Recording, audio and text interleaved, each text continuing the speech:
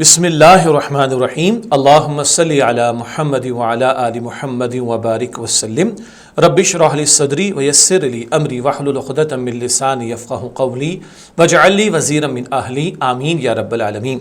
عزیز طلباء و طالبات، محترم حضرات و خواتین و معزز اساتذہ کرام، السلام علیکم ورحمۃ اللہ وبرکاتہ۔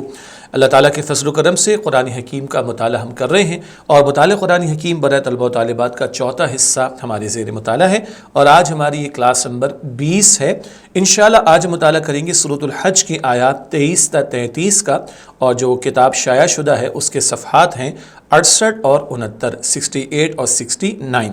تو آج 20ویں کلاس ہے اور سورہ حج کی آیات 23 تا 33 کا ہم مطالعہ کر رہے ہیں۔ مطالعہ قرآن حکیم کا چوتھا حصہ ہے۔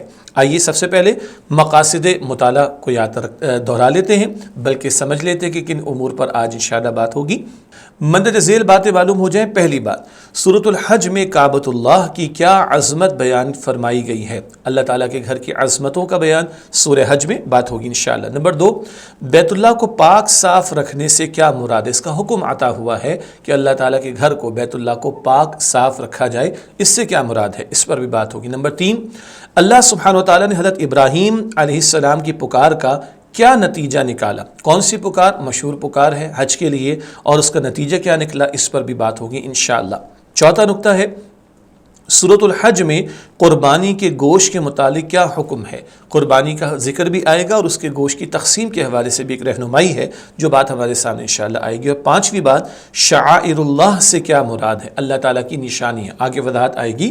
شعائر اللہ یعنی اللہ تعالیٰ کی نشانیوں سے کیا مراد ہے، اس کو بھی انشاءاللہ ہم جانیں گے۔ تو یہ بہت ساری باتیں، اور میں سمجھتا ہوں کہ کچھ نئے پہلو بھی قرآن حکیم کے فہم اور سمجھ کے ہمارے سامنے واضح ہوں گے۔ اب ہمیشہ کی طرح سب سے پہلے ہم متن یعنی قرآن پاک کا متن، اس کا ٹیکسٹ اور ترجمہ آپ کے سامنے رکھتے ہیں۔ سورہ حج کی آیات 23 اور 24 اس وقت آپ کے ہمارے سامنے اسکرین پر ہیں۔ اعوذ باللہ من الشیطان الرجیم، بسم اللہ الرحمن الرحیم۔ ان اللہ یدخل، بے شک اللہ داخل فرمائے گا، الذین آمنوا، ان کو جو ایمان لائے۔ باقی آپ کو معلوم ہے جب ملا کر پڑھیں گے تو کیا ترتیب ہوگی، ان اللہ یدخل الذین آمنوا وعاملوا الصالحات، اور انہوں نے نیک اعمال کیے، جنات، ایسی جنتوں میں، تجری من تحتها الانہار، جن کے نیچے نہریں بہہ رہی ہوں گی، یحلون فیہا من اساور من ذہب ولؤلؤا، وہاں ان کو سونے کے کنگن اور موتی پہنائے جائیں گے، ولباسہم فیہا، اور وہاں ان کا لباس حریر ریشم کا ہوگا، وَہُدُوا إِلَى الطَّيِّبِ مِنَ الْقَوْلِ، اور انہیں دنیا میں پاکیزہ بات کی ہدایت کی گئی، وَہُدُوا إِلَى صِرَاطِ الْحَمِيدِ، اور انہیں تمام تعریفوں والے اللہ کے راستے کی طرف ہدایت کی گئی۔ اگلی آیات سورہ حج کی آیات 25 اور 26، ان الذین کفروا، بے شک جن لوگوں نے کفر کیا، ویصدون عن سبیل اللہ، اور جو روکتے ہیں اللہ کے راستے سے، والمسجد الحرام، اور مسجد حرام سے، الذی جعلناہ للناس، جسے ہم نے سب لوگوں کے لیے اس طرح بنایا ہے۔ یہاں بھی ملا کر ہم آپ کو پڑھ دیتے ہیں، والمسجد الحرام الذی جعلناہ للناس۔ اگلے الفاظ، سواء العاکف فیہ والباد، کہ اس میں رہنے والے اور باہر سے آنے والے برابر ہیں، ومن یرد فیہ بالحاد بظلم، اور جو بھی اس میں کسی قسم کے ظلم کے ساتھ کسی ٹیڑھ کا ارادہ کرے گا، نذقہ من عذاب علیم، ہم اسے دردناک عذاب چکھائیں گے۔ وَإِذْ بَوَّأْنَا لِإِبْرَاهِيمَ مَكَانَ الْبَيْتِ، اور جب ہم نے ابراہیم علیہ السلام کے لیے خانہ کعبہ کی جگہ مقرر کی، اللہ تشرک بی شیئا، اور حکم دیا کہ میرے ساتھ کسی کو شریک نہ کریں، وَطَهِّرْ بَيْتِيَ، اور میرے گھر کو صاف ستھرا رکھیں، لِلطَّائِفِينَ، طواف کرنے والوں کے لیے، والقائمین، اور قیام کرنے والوں کے لیے، ورکع السجود، اور رکوع سجدہ کرنے والوں کے لیے۔ اگلی آیات سورہ حج کی آیات 27 تا 29، وَأَذِّنْ فِي النَّاسِ بِالْحَجِّ، اور لوگوں کے درمیان حج کا اعلان کیجئے، یأتوک رجالا، تو وہ آپ کے پاس آئیں گے پیدل، وعلی کل ضامر، اور دبلے پتلے اونٹوں پر، یأتین من کل فج عمیق، جو آئیں گے دور دراز علاقوں سے، لیشہدوا منافع لہم، تاکہ وہ اپنے فائدے دیکھیں جو ان کے لیے رکھے گئے ہیں، وَيَذْكُرُوا اسْمَ اللَّهِ، اور اللہ کا نام یاد کریں، فی ایام معلومات، قربانی کے مقررہ دنوں میں، علی ما رزقہم من بہیمۃ الانعام، ان جانوروں پر جو اس اللہ نے انہیں عطا فرمائے ہیں، فَكُلُوا مِنْهَا، تو اس میں سے خود بھی کھائیں، وَأَطْعِمُوا الْبَائِسَ الْفَقِيرَ، اور تنگ دست محتاج کو بھی کھلائیں، ثُمَّ لْيَقْضُوا تَفَثَهُمْ، پھر چاہیے کہ اپنا میل کچیل دور کریں، وَلْيُوفُوا نُذُورَهُمْ، اور اپنی نظریں پوری کریں، وَلْيَطَّوَّفُوا بِالْبَيْتِ الْعَتِيقِ، اور قدیم گھر بیت اللہ کا طواف کریں۔ اگلی آیات سورہ حج کی آیات 30 اور 31، ذالک، یہ ہمارا حکم ہے، وَمَن يُعَظِّمْ، اور جو تعظیم کرے، حرمات اللہ، اللہ کی حرمتوں کی، فَهُوَ خَيْرٌ لَهُ، تو وہ خود اسی کے لیے بہتر ہے، عند ربہ، اس کے رب کے نزدیک، وَأُحِلَّتْ لَكُمُ الْأَنْعَامُ، اور تمہارے لیے تمام مویشی حلال کر دیے گئے ہیں، الا ما یتلی علیکم، سوائے ان کے جو تمہیں پڑھ کر سنائے جاتے ہیں، فاجتنبوا الرجس من الاوثان، تو بتوں کی ناپاکی سے بچتے رہو، واجتنبوا قول الزور، اور جھوٹی باتوں سے پرہیز کرو، حنفاء للہ، ایک اللہ کے ہو کر رہو، غیر مشرکین بہ، اس کے ساتھ کسی کو شریک نہ کرتے ہوئے، وَمَن يُشْرِكْ بِاللَّهِ، اور جو اللہ کے ساتھ کسی کو شریک کرتا ہے، فَكَأَنَّمَا خَرَّ مِنَ السَّمَاءِ، تو اس کا حال ایسا ہے کہ جیسے وہ آسمان سے گر پڑا، فَتَخْطَفُهُ الطَّيْرُ، پھر یا تو اسے پرندے راہ میں سے اچک لے جاتے ہیں، او تہوی بہ الرِّیحُ، یا ہوا اسے لے جا کر پھینک دیتی ہے، فی مکان سحیق، کسی دور دراز جگہ۔ اگلی آیات سورہ حج کی آیات 32 اور 33، ذالک، یہ ہمارا حکم ہے، وَمَن يُعَظِّمْ شَعَائِرَ اللَّهِ، اور جو شخص اللہ کی نشانیوں کی تعظیم کرے، فَإِنَّهَا مِن تَقْوَى الْقُلُوبِ، تو یہ بے شک دلوں کی پرہیزگاری میں سے ہے، لَكُمْ فِيهَا مَنَافِعُ، تمہارے لیے ان قربانی کے جانوروں میں فائدے ہیں، إِلَىٰ أَجَلٍ مُّسَمًّى، ایک مقررہ وقت تک، ثم محلها، پھر ان کے قربان کرنے کی جگہ، إِلَى الْبَيْتِ الْعَتِيقِ، قدیم گھر خانہ کعبہ کے پاس ہے۔ یہ جو آیات آج ہم مطالعہ کر رہے ہیں سورہ حج کی آیات 23 سے 33 ان کا ترجمہ ہوا۔ اب بہت ساری باتیں ترجمے سے سامنے آ رہی، اللہ تعالیٰ کے گھر کا ذکر آ رہا ہے، قربانی کا ذکر آ رہا ہے، حرمتوں کا ذکر آ رہا ہے، تقویٰ کا ذکر آ رہا ہے۔ آئیے ان سب باتوں پر تشریح کے طور پر کلام کرتے ہیں۔ تو مطالعہ شروع کرتے ہیں تشریح کے اعتبار سے سورہ حج کی آیت نمبر 23 سے۔ سورہ حج آیت نمبر 23، ان اللہ يدخل الذین آمنوا وعملوا الصالحات جنات تجری من تحتها الانہار، بے شک اللہ داخل فرمائے گا ان کو جو ایمان لائے اور انہوں نے نیک اعمال کیے، ایسی جنتوں میں جن کے نیچے نہریں بہہ رہی ہوں گی، یحلون فیہا من اساور من ذہب ولؤلؤا ولباسہم فیہا حریر، وہاں ان کو سونے کے کنگن اور موتی پہنائے جائیں گے اور وہاں ان کا لباس ریشم کا ہوگا۔ یہ آیت نمبر 23 کا ترجمہ ہے۔ مؤمنین کا انجام، اللہ سبحانہ و تعالیٰ انہیں ایسی جنتوں میں داخل فرمائے گا جس کے نیچے سے نہریں بہتی ہوں گی۔ آیت میں مذکور جنت تک پہنچنے کے لیے شرائط کا بیان، جنت میں جانا چاہتے ہیں، دو باتیں آئی ہیں، ایمان لانا اور نیک اعمال کرنا۔ نیک اعمال میں پوری زندگی شامل ہے، اللہ تعالیٰ کو ماننا بھی ضروری اور اللہ تعالیٰ کی بات کو ماننا بھی ضروری ہے، اللہ کے رسول علیہ السلام کو ماننا ضروری اور اللہ تعالیٰ کے رسول علیہ السلام کی باتوں پر عمل کرنا بھی ضروری۔ تو ایمان کی شرط اور نیک اعمال کی شرط بتائی گئی جنت میں داخلے کے لیے۔ جنت میں مومنین کو حاصل ہونے والی نعمتیں، جنت میں مومنین کو سونے اور موتیوں کے کنگن پہنائے جائیں گے اور ریشمی لباس پہنایا جائے گا۔ کنگن ویسے تو طلبہ کہیں گے تو لڑکیاں پہنتی ہیں، عورتیں پہنتی ہیں، پچھلے جو زمانے گزرے ہیں نا ان میں بادشاہ کنگن پہنتے تھے اور وہ کنگن پہننا ان کے بادشاہ ہونے کی علامت تھی۔ تو اللہ تعالیٰ ہر جنتی کو بادشاہت عطا فرمائے گا، اللہ ہم سب کو عطا فرمائے۔ تو کنگنوں کا ذکر بھی قرآن پاک کرتا ہے۔ جنت میں مومنین کو سونے اور موتیوں کے کنگن پہنائے جائیں گے اور ریشمی لباس پہنایا جائے گا۔ ہر جنتی کے ہاتھ میں 3 کنگن پہنائے جائیں گے، ایک سونے کا، دوسرا چاندی کا، تیسرا موتیوں کا۔ سبحان اللہ، صرف کنگن نہیں ہوں گے، مختلف اقسام کے کنگن ہوں گے، سونے کے بھی اور چاندی کے بھی اور موتیوں کے بھی۔ رسول اللہ صلی اللہ علیہ وسلم نے فرمایا اہل جنت کا ریشمی لباس جنت کے پھلوں میں سے نکلے گا۔ سبحان اللہ، ریشم سلک کو کہتے ہیں نا انگلش میں، تو اہل جنت کا جو لباس ہوگا وہ ریشمی لباس جنت کے پھلوں سے نکلے گا۔ اور حضرت جابر رضی اللہ تعالیٰ عنہ کی ایک روایت میں ہے کہ جنت میں ایک درخت ایسا ہوگا جس سے ریشم پیدا ہوگا، اہل جنت کا لباس اسی سے تیار ہوگا۔ یہ سنن نسائی اور بہقی شریف میں روایت موجود ہے، یہ احادیث کی کتب ہیں۔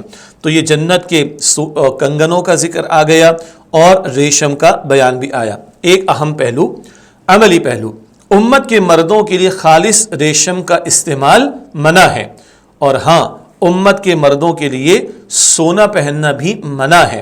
امت کے مردوں کے لیے سونا یعنی گولڈ پہننا منع ہے اور خالص ریشم بھی منع ہے۔ چنانچہ آگے لکھا ہے رسول اللہ صلی اللہ علیہ وسلم نے ارشاد فرمایا کہ جس نے دنیا میں ریشم پہنا وہ آخرت میں نہیں پہنے گا۔ یہ صحیح بخاری شریف کی روایت ہے، اور یہ منع کیا جانا مردوں کے لیے ہے، خالص ریشم پیور سلک مردوں کو پہننا منع ہے۔ دوسری روایت میں ذکر ہے اگر تم جنت کا زیور اور وہاں کا ریشم چاہتے ہو تو ان کو دنیا میں مت پہننا۔ یہ سنن نسائی کی روایت ہے، یہ بھی حدیث مبارک ہے۔ اس دنیا میں مسلمان مردوں کو منع ہے وہ سونے کا زیور نہ پہنے اور خالص ریشم نہ استعمال کریں۔ آج رک جائیں، کل جنت میں ہمیشہ کے لیے جنت کا گولڈ کیسا ہوگا، جنت کا ریشم کیسا ہوگا، اللہ تعالی ہم سب کو عطا فرمائے۔ اگلی آیت سورہ حج کی آیت نمبر 24، وَهُدُوا إِلَى الطَّيِّبِ مِنَ الْقَوْلِ وَهُدُوا إِلَى صِرَاطِ الْحَمِيدِ، اور انہیں دنیا میں پاکیزہ بات کی ہدایت کی گئی اور انہیں تمام تعریفوں والے اللہ کے راستے کی طرف ہدایت کی گئی۔ یہ آیت نمبر 24 کا ترجمہ تشریح کرتے ہیں، مؤمنین کے جنت میں داخلے کے لیے 2 اسباب کا ذکر ہے۔ نمبر 1 دنیا میں کلمہ طیبہ کا اقرار کرنا، نمبر 2 دنیا میں صراط مستقیم پر زندگی گزارنا۔ اللہ تعالی ہم سب کو توفیق دے، ہم ایمان پر بھی کاربند رہیں اور صراط مستقیم پر چلتے رہیں۔ یہ 2 اسباب بیان ہو رہے ہیں، کلمہ طیبہ کا اقرار اور صراط مستقیم پر چلنا، ان لوگوں کے لیے جنت میں داخلے کا ذکر ہے۔ اللہ تعالی ہم سب کو جنت الفردوس عطا فرمائے۔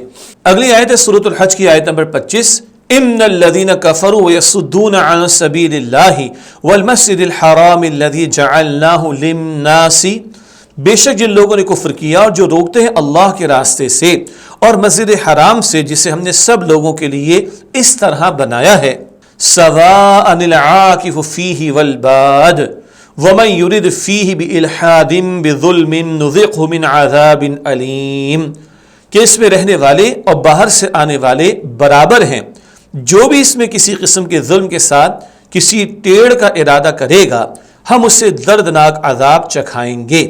اب آئیے اس آیت کی تشریح کرتے ہیں۔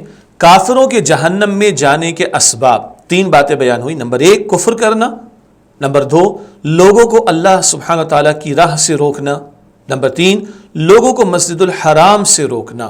یہ ہے کافروں کے جہنم میں ڈالے جانے کے اسباب کا بیان۔ کیا وجہ بنے گی ان کے جہنم میں جانے کی؟ کفر کرنا، لوگوں کو اللہ تعالیٰ کے راستے سے روکنا اور لوگوں کو مسجد الحرام سے روکنا۔ مسجد الحرام سے یہاں کیا مراد ہے؟ حرم شریف کا وہ حصہ جس کا تعلق لوگوں کی عبادات اور مناسک سے ہے۔ وہاں جو عبادات انجام دی جاتی ہیں، حج کے مناسک انجام دیے جاتے ہیں، جہاں صفا مروہ بھی موجود ہے، اللہ تعالیٰ کا گھر تو ہے ہی ہے، اس کا طواف کیا جاتا ہے، حجر اسود وہاں پر موجود ہے اور اللہ کے گھر کا طواف ہوتا ہے، سعی کی جاتی ہے صفا مروہ کے درمیان، سب ذہن میں رکھیں۔ تو حرم شریف کا وہ حصہ جس کا تعلق لوگوں کی عبادات و مناسک سے ہے۔ مناسک اعمال عبادت کو کہا جاتا ہے، خاص اعمال جو عبادت کو انجام دینے کے لیے اختیار کیے جاتے ہیں، جس میں صفا مروہ کی سعی کرنا بھی شامل ہے۔ کعبۃ اللہ کی عظمت، کعبۃ اللہ کو اللہ سبحانہ وتعالی نے انسانوں کے لیے اپنی عبادت کی جگہ مقرر فرمایا ہے۔ اس میں رہنے والے اور باہر سے آنے والے تمام برابر ہیں، یعنی عبادت کرنے کے اعتبار سے وہاں کے رہنے والے، باہر سے آنے والے سب برابر کا حق رکھتے ہیں۔ یہ بات آگے بھی بیان ہو رہی ہے۔ یعنی مکہ میں رہنے والے جو خانہ کعبہ کی روزانہ زیارت کرتے ہیں اور دوسرے ملکوں سے جو دور دراز سے سفر کر کے خانہ کعبہ کی خاطر مسجد الحرام پہنچتے ہیں، وہ سب یہاں ٹھہرنے اور عبادت کرنے میں برابر ہیں اور اللہ سبحانہ وتعالیٰ کے بندے ہیں۔ کوئی کسی میں ڈسکرمنیشن یا فرق کرنے کا معاملہ نہیں ہوگا، سب کا حق یہاں آ کر عبادت کرنے میں بالکل برابر ہے۔ ایک اہم علمی بات، تمام امت اور ائمہ فقہا کا اتفاق ہے کہ مسجد الحرام اور حرم شریف مکہ کے وہ تمام حصے جن سے افعال حج کا تعلق ہے، جیسے صفا و مروہ کے درمیان کا میدان جس میں سعی ہوتی ہے، اور منا کا پورا میدان، اسی طرح عرفات کا پورا میدان اور مزدلفہ کا پورا میدان، یہ سب زمینیں سب دنیا کے مسلمانوں کے لیے وقف عام ہیں۔ یہ مقامات مقدسہ کسی کی ملکیت میں نہ تھے اور نہ کبھی ہو سکتے ہیں، یعنی جہاں جہاں حج کے مناسک انجام دیے جاتے، مسجد حرام اللہ تعالیٰ کا گھر، صفا مروہ کا میدان جہاں سعی کی جاتی، اب تو فلورز ہیں وہاں پر، ٹھیک ہے، منا کا علاقہ، عرفات کا علاقہ جہاں حج کے مناسک ادا کرنے کے لیے حجاج جاتے ہیں، یہ سب مقامات مقدسہ یہ کسی کی ذاتی ملکیت نہیں تھے کبھی اور نہ کبھی ہو سکتے، یہاں سارے مسلمانوں کا حق برابر کا ہے۔ کچھ اور تفصیلات بھی ہیں جو فقہا نے، اہل علم نے بیان فرمائی، وہ تفاسیر میں مزید دیکھی جا سکتی ہیں۔ اگلا اہم نقطہ، کفار و مشرکین اور مسجد الحرام میں بے دینی اور شرارت کرنے والوں کا انجام، یعنی کفر کرنے والے، شرک کرنے والے اور مسجد حرام میں شرارتیں کرنے والے، ان کا انجام کیا بیان ہوا؟ ان کے لیے دردناک عذاب ہے۔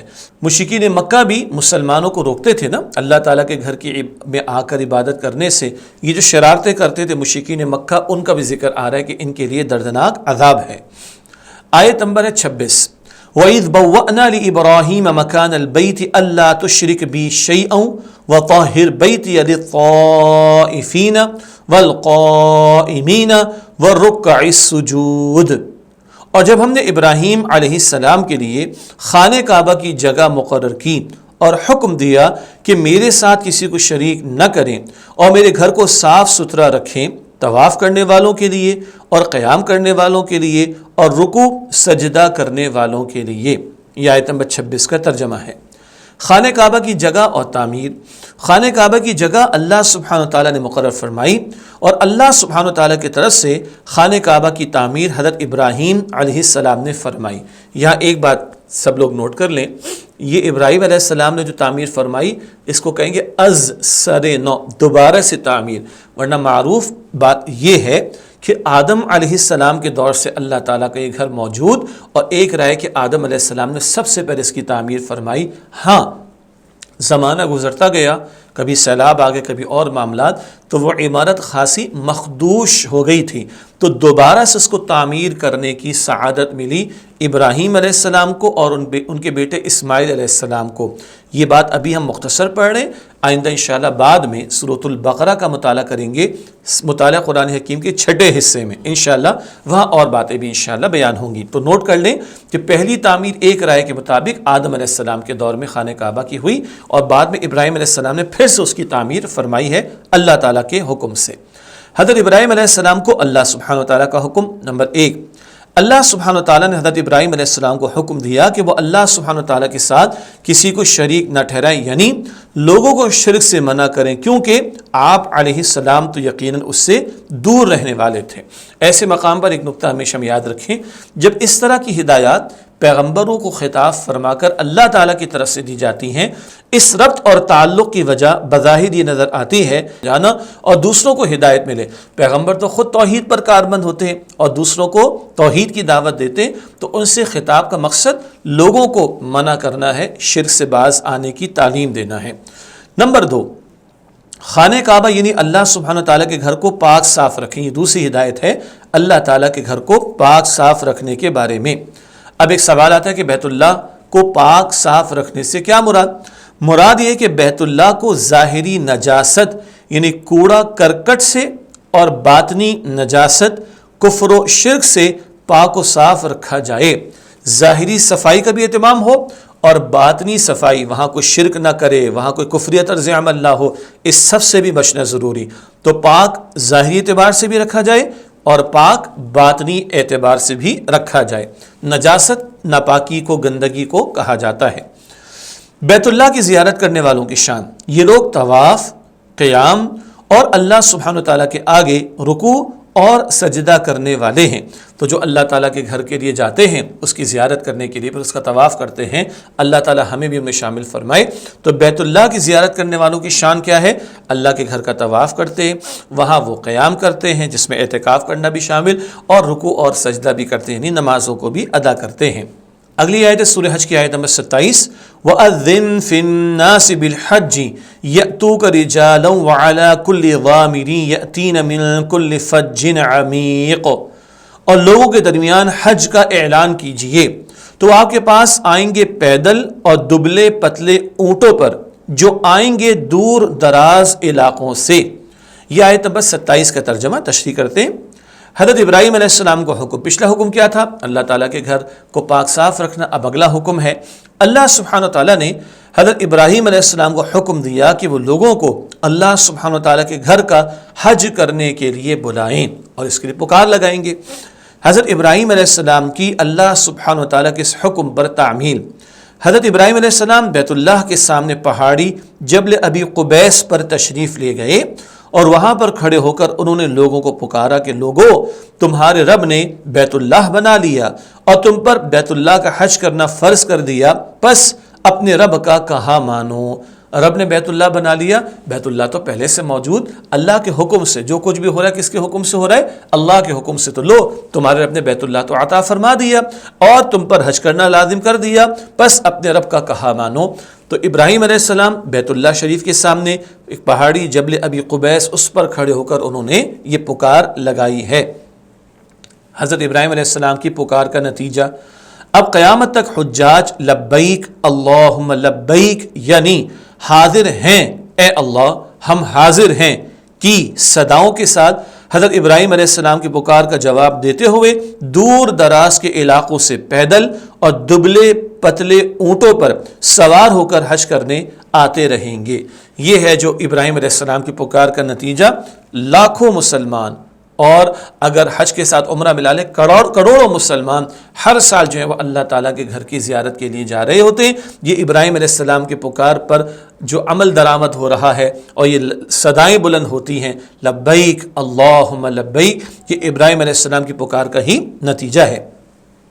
علمی بات، اصل میں لفظ ضامر استعمال ہوا ہے جو خاص طور پر دبلے اونٹوں کے لیے بولا جاتا ہے۔ جو ترجمے میں بات آئی نا دبلے اونٹ، تو لفظ ضامر جو دبلے اونٹوں کے لیے بولا جاتا ہے، اس سے ان مسافروں کی حالت زار بیان کرنا مقصود ہے جو دور دراز مقامات سے چلے آ رہے ہوں اور راستے میں ان کے اونٹ چارہ پانی نہ ملنے کی وجہ سے دبلے ہو گئے ہوں۔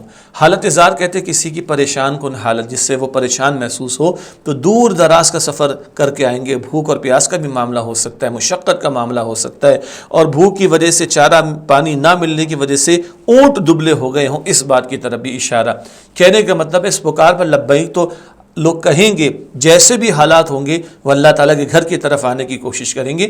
آج لوگ جہاز سے ساری دنیا سے آتے ہیں اور قرب و جوار کے علاقے سے لوگ گاڑیوں پر بھی آتے ہیں، لیکن بہرحال مشقت تو ہے۔ باوجود اس کے کہ بہت ساری مشقتیں ہیں، لوگ اللہ کی خاطر دیوانہ وار نکل پڑتے ہیں اپنے گھروں سے لبیک اللہم لبیک کی صدائیں بلند کرتے ہوئے۔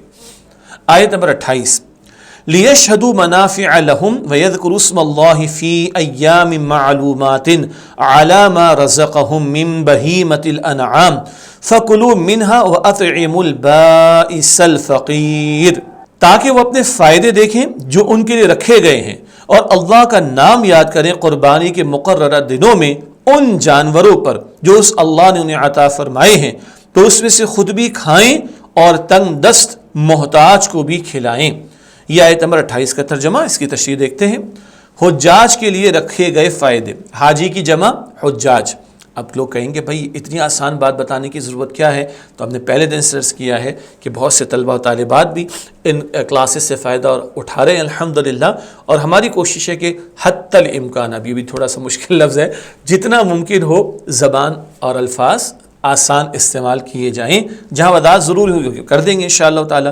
تو حاجی کی جمع حجاج، حجاج کے لیے رکھے گئے فائدے مالی فائدوں جیسے تجارت، مسلمانوں اور اسلام کی ہمہ اور وسعت کا مشاہدہ، اور روحانی نعمتوں میں کعبۃ اللہ اور اللہ سبحانہ تعالیٰ کی دیگر شعائر کا مشاہدہ۔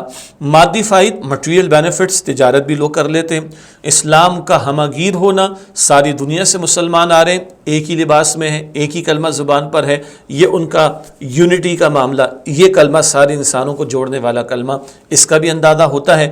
اور روحانی نعمتوں میں اللہ تعالیٰ کا گھر بھی ہے اور دیگر شعائر اللہ تعالیٰ کی نشانیاں، صفا ہے، مروہ ہے اینڈ سو آن، ان سب کا بھی مشاہدہ ہوتا ہے۔ یہ فائدے دینی بھی ہیں کہ نماز، طواف اور مناسک حج و عمرہ کے ذریعے اللہ سبحانہ تعالیٰ کی مغفرت و رضا حاصل کی جائے، اور دنیاوی بھی کہ تجارت و کاروبار سے مال و اسباب دنیا میسر آ جائے، مغفرت بھی ملتی ہے، اللہ کی رضا بھی ملتی ہے، یہ روحانی نعمتیں، دینی فائدے ہیں، اور دنیاوی فائدے بھی ملتے ہیں، تجارت ہو جاتی ہے، کاروبار سے کچھ مال بھی مل جاتا ہے، اس کی بھی گنجائش موجود ہے، تو دینی فائدے بھی اور دنیاوی فائدے بھی ہیں۔ البتہ حج کی ادائیگی کے لیے جانے والے کو دنیاوی منافع کو مستقل مقصود بنا لینا منع ہے۔ نفع کی جمع منافع، دنیا کے فائدے تو ہیں مگر وہ مقصود نہ بن جائے۔ دنیا کے فائدے تو دنیا بھر میں لوگ حاصل کر ہی رہے ہیں، دنیا کے فائدے سارے سال ہم حاصل کر رہے ہیں، تو وہ مقصد نہ بن جائے۔ اصل تو ہے اللہ کے گھر کو بندہ پہنچے، حج ادا کر لے، عمرہ ادا کر لے، رحمتیں پائے، مغفرت پائے، اور ساتھ کوئی کاروبار بھی کر لے، تجارت بھی کر لے، ٹھیک ہے۔ مقصود یہ دنیا کے فائدے نہ بن جائیں، اس سے اپنے آپ کو بچانا ہے۔ آیت میں مقررہ دنوں سے مراد ایک رائے کے مطابق ذی الحجہ کی 10ویں، 11ویں اور 12ویں تاریخ مراد ہے جن میں قربانی کی جاتی ہے۔ ایک رائے کے مطابق یہ ذی الحج کی 10، 11 اور 12 تاریخ ہے جن میں قربانی کی جاتی ہے، یہ مقررہ دن، اس سے یہ مراد ہے۔ جانوروں پر اللہ سبحانہ تعالیٰ کا نام لینا، مراد یہ کہ جانوروں کو قربان کرنے پر اللہ سبحانہ تعالیٰ کا نام لے کر انہیں اللہ سبحانہ تعالیٰ کی راہ میں قربان کرنا، اور بوقت ذبح بسم اللہ اللہ اکبر پڑھنا۔ شرعی طریقہ ہے، اللہ کا نام لے کر جانور کو ذبح کیا جائے، اس کی طرف توجہ دلائی گئی، اور وہ قربانی کے ایام اور قربانی کے دنوں میں جانوروں کو ذبح کیا جانا، خاص اس کی طرف بھی اشارہ۔ ویسے عام دنوں میں بھی کوئی جانور بندہ جو ہم گوشت تو کھاتے ہی نا بھائی، تو جو ذبح کیا جائے تو اللہ کا نام لے کر ذبح کیا جائے، اس بات کی طرف بھی توجہ رہے۔ آیت میں مذکور قربانی کے گوشت کے متعلق حکم، اس میں سے خود بھی کھائیں اور تنگ دست محتاج کو بھی کھلائیں، خود بھی کھانا چاہیے اور محتاجوں کو بھی دینا چاہیے، اور ایک رائے کے مطابق رشتہ داروں کو بھی دینا چاہیے۔ تو عام طور پر یہ 3 حصے بن جاتے ہیں، خود بھی کھائیں، رشتہ داروں کو بھی دیں، دوست احباب کو بھی، غریبوں کو بھی دیں، اور اس میں جو بھی تفصیل ہو جائے وہ اپنی جگہ پر ہے۔ بعض اوقات ہمارے گھروں میں بہت گنجائش ہے تو غریبوں کو زیادہ دے دیں، ہو سکتا ہے کسی کے رشتہ دار زیادہ غریب ہوں، مستحق ہوں، ان کو زیادہ دے دیں، اور کسی کا گھر بہرحال بڑا ہے، افراد زیادہ ہیں، اور بہرحال خود اس گھر میں ضرورت ہے اور ایک ہی جانور کسی نے ذبح کیا تو اپنا حصہ بھی زیادہ رکھا جا سکتا ہے، سب امکان ہے۔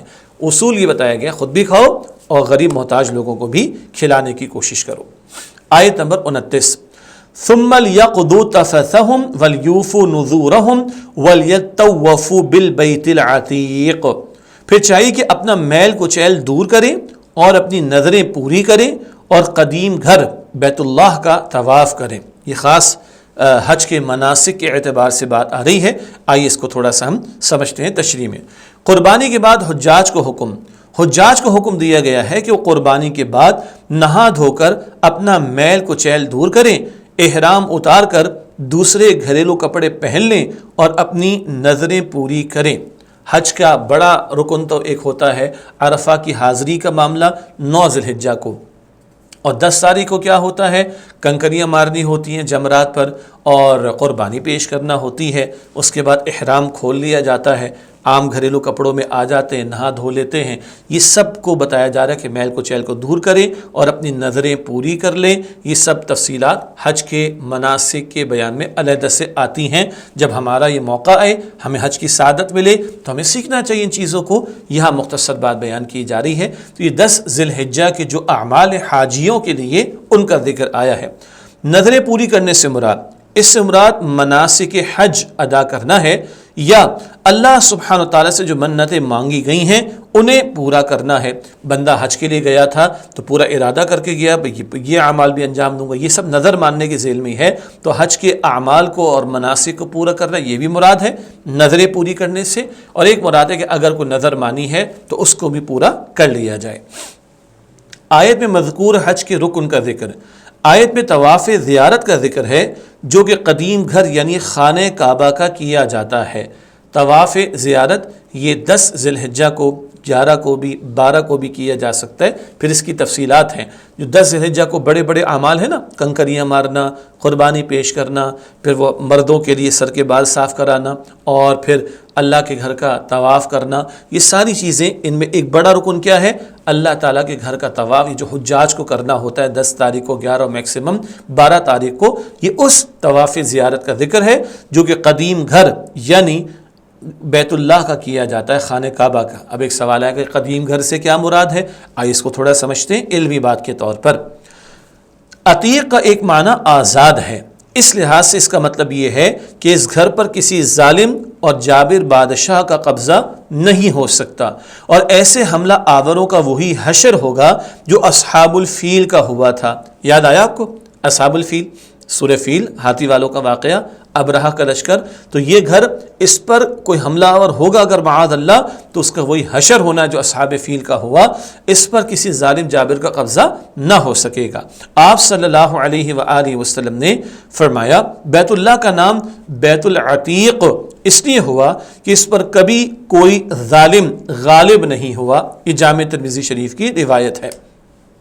عتیق کا دوسرا معنی ہر وہ چیز ہے جس کے قدیم ہونے کے باوجود اس کی شرافت، عظمت اور احترام میں کوئی فرق واقع نہ آئے، ہمیشہ زندہ جاوید رہے۔ اسی لحاظ سے کعبہ کو بیت العتیق کہتے ہیں۔ نزول قرآن سے تقریباً 2500 سال قبل حضرت ابراہیم علیہ السلام اور حضرت اسماعیل علیہ السلام کے دست مبارک سے اس کی تعمیر ہوئی تھی۔ اس کا قدیم ہونا اس کی تاریخی حیثیت کو واضح کرتا ہے۔ تو قدیم ہونا اس سے خانہ کعبہ کی اہمیت کوئی کم نہیں ہوتی، اس کی اہمیت اور عظمت ہمیشہ برقرار رہے گی، اور اس کا قدیم ہونا اس کی تاریخی حیثیت کو واضح کرتا ہے۔ تو عتیق کا ایک مطلب وہ کہ جو قدیم ہو مگر قدیم ہونے کے باوجود عظمت والی ہو، عزت والی ہو، شرف والی ہو، احترام والی ہو۔ آیت نمبر 30، ذالک ومن يعظم حرمات اللہ فهو خیر له عند ربی واحلت لکم الانعام الا ما یتلی علیکم فاجتنبوا الرجس من الاوثان واجتنبوا قول الزور۔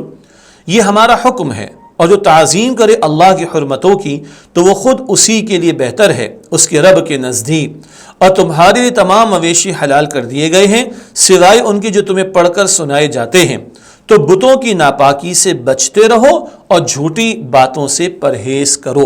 یہ آیت نمبر 30 کا ترجمہ ہوا۔ اللہ تعالیٰ کی حرمات سے مراد، اللہ تعالیٰ کی حرمات سے مراد اللہ سبحانہ تعالیٰ کے عظیم احکامات ہیں۔ البتہ یہاں خصوصیت سے مسجد الحرام اور ہدی یعنی قربانی کے جانوروں کی تعظیم پر زور دینا مقصود ہے کہ مسجد الحرام آنے والوں کو نہ روکا جائے۔ حرمات اس سے مراد اللہ تعالیٰ کے احکامات بھی ہیں، البتہ یہاں خاص مسجد حرام اور ہدی یعنی قربانی کے جانوروں کی تعظیم پر زور دیا گیا۔ اگلا نقطہ، اللہ تعالیٰ کے احکامات کا احترام کرنے والوں کی شان۔ ایسے لوگ اللہ سبحانہ وتعالیٰ کے ہاں بہت بہتر مرتبہ رکھنے والے ہیں۔ اللہ تعالیٰ ہمیں ایسے لوگوں میں شامل رکھے۔ علمی بات، لفظ حرمات حرمت کی جمع ہے۔ حرمت سے ہر وہ چیز مراد ہے جس کا شرعاً احترام کرنے کا حکم دیا گیا ہے۔ حرمت کا مطلب انگلش میں سیکریڈ کہتے ہیں، اردو میں محترم، احترام والا کہتے ہیں۔ مراد ہے شرعی طور پر، دینی طور پر جن باتوں کے احترام کا حکم ہے وہ حرمات میں داخل ہیں۔ بہت اہم نقطہ ہے، توجہ رہے۔ اس کے عموم میں نماز، روزے کا احترام، علم دین کا احترام اور سارے اعمال دینیہ کا احترام آ جاتا ہے۔ اعمال دینیہ، دینی احکام اور اعمال، سب اللہ کے احکام اس کی حرمات ہیں، ان کا احترام اس میں شامل ہے۔ حضرت ابن عباس رضی اللہ تعالی عنہما نے فرمایا کہ حج کی حرمات یہ ہیں، خاص حج کا ذکر آ رہا ہے تو حج کے موقع پر احترام والی چیزیں کیا ہیں؟ گناہ نہ کرے، لڑائی جھگڑے سے پرہیز کرے، میاں بیوی والے تعلق قائم نہ کرے، احرام کی حالت میں شوہر اور بیوی کا تعلق قائم کرنا بھی منع، خشکی کا شکار نہ کرے، احرام کی حالت میں منع ہے، احرام کی خلاف ورزیاں نہ کرے۔ جو شخص اللہ سبحانہ تعالیٰ کی حرمات کی تعظیم کرے گا نفع میں رہے گا، اللہ سبحانہ تعالیٰ اس کے اعمال کی قدردانی فرمائے گا اور قیامت کے دن ان پر اجر و ثواب عطا فرمائے گا۔ یہ احترام کرنے پر اجر و ثواب عطا ہوگا قیامت کے دن، یہ بتایا جا رہا ہے۔ اگلی بات جانوروں کے بارے میں، قربانی کے لیے حلال جانوروں کا بیان۔ اللہ سبحانہ تعالیٰ نے قربانی کے لیے مویشیوں کو حلال قرار دیا ہے، جن کی 8 قسمیں ہیں، یہ نر اور مادہ ملا کر جوڑے بنیں گے، اونٹ اور اونٹنی، بیل اور گائے، بکرا اور بکری، دمبا اور دمبی، اس کے علاوہ بھینس اور بھینسا بھی ہے۔ ہمارے بہت سے شہروں میں تو ذرا اس کا استعمال کم ہے، لیکن بہت سے دیہاتی علاقوں میں بہت زیادہ استعمال ہے۔ میں خود بھی ایسے علاقوں سے واقف ہوں جہاں بھینس اور بھینسے کا گوشت بھی استعمال میں آتا ہے، ٹھیک ہے، اور کوئی کہہ سکتا ہے جی بڑے شہروں میں بھی استعمال ہوتا ہے، وہ ڈشز کے نام ہم آپ کے سامنے بیان نہیں کریں گے۔ بارہ یہ 8 جوڑے بتائے گئے، اور جس میں 8 اقسام کہہ لیجیے آ جاتی ہیں، نر مادہ ملا کر، اونٹ اور اونٹنی، بیل اور گائے، بکرا اور بکری، دمبا اور دمبی، اس کے علاوہ بھینس اور بھینسے کو بھی شامل کیا گیا۔ علمی بات، مویشی حلال ہے نا، بہت اہم نقطہ، مویشی وہ چوپائے ہیں جو چارہ چرتے ہیں، جگالی کرتے ہیں۔ جگالی سمجھتے ہیں نا، بچے تو سمجھ جائیں گے طلبہ ہمارے، کہ اور بڑوں کو تو پتہ ہی ہے، وہ جو بکرا کھا لے تو اس کے بعد منہ چلاتا رہتا ہے نا مستقل، ہے نا، یہ جگالی کرنا، وہ ہضم کرتے ہیں اس کو اس طرح۔ جی، مویشی وہ چوپائے ہیں جو چارہ چرتے ہیں، جگالی کرتے ہیں، اور جن کے پیر آگے سے پھٹے ہوتے ہیں، جیسے اونٹ، بیل، بکرا وغیرہ۔ اب آپ غور کیجئے گا تو آپ کو نظر آئے گا آگے سے وہ پیر، ان کے ناخن جو بڑے ہوتے ہیں، پیر پھٹے ہوئے ہوتے ہیں۔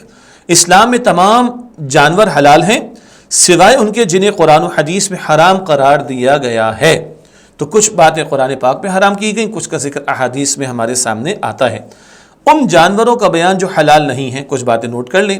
تمام درندے، 20 جنہیں کہتے ہیں گوشت خور جانور، گوشت خور گوشت کھانے والے جانور، اسی طرح پالتو گدھا، اور وہ تمام شکاری پرندے جن کی چونچ مڑی ہوئی ہوتی ہے اور جو گوشت کو نوچ نوچ کر کھاتے ہیں، یہ سب حرام ہیں۔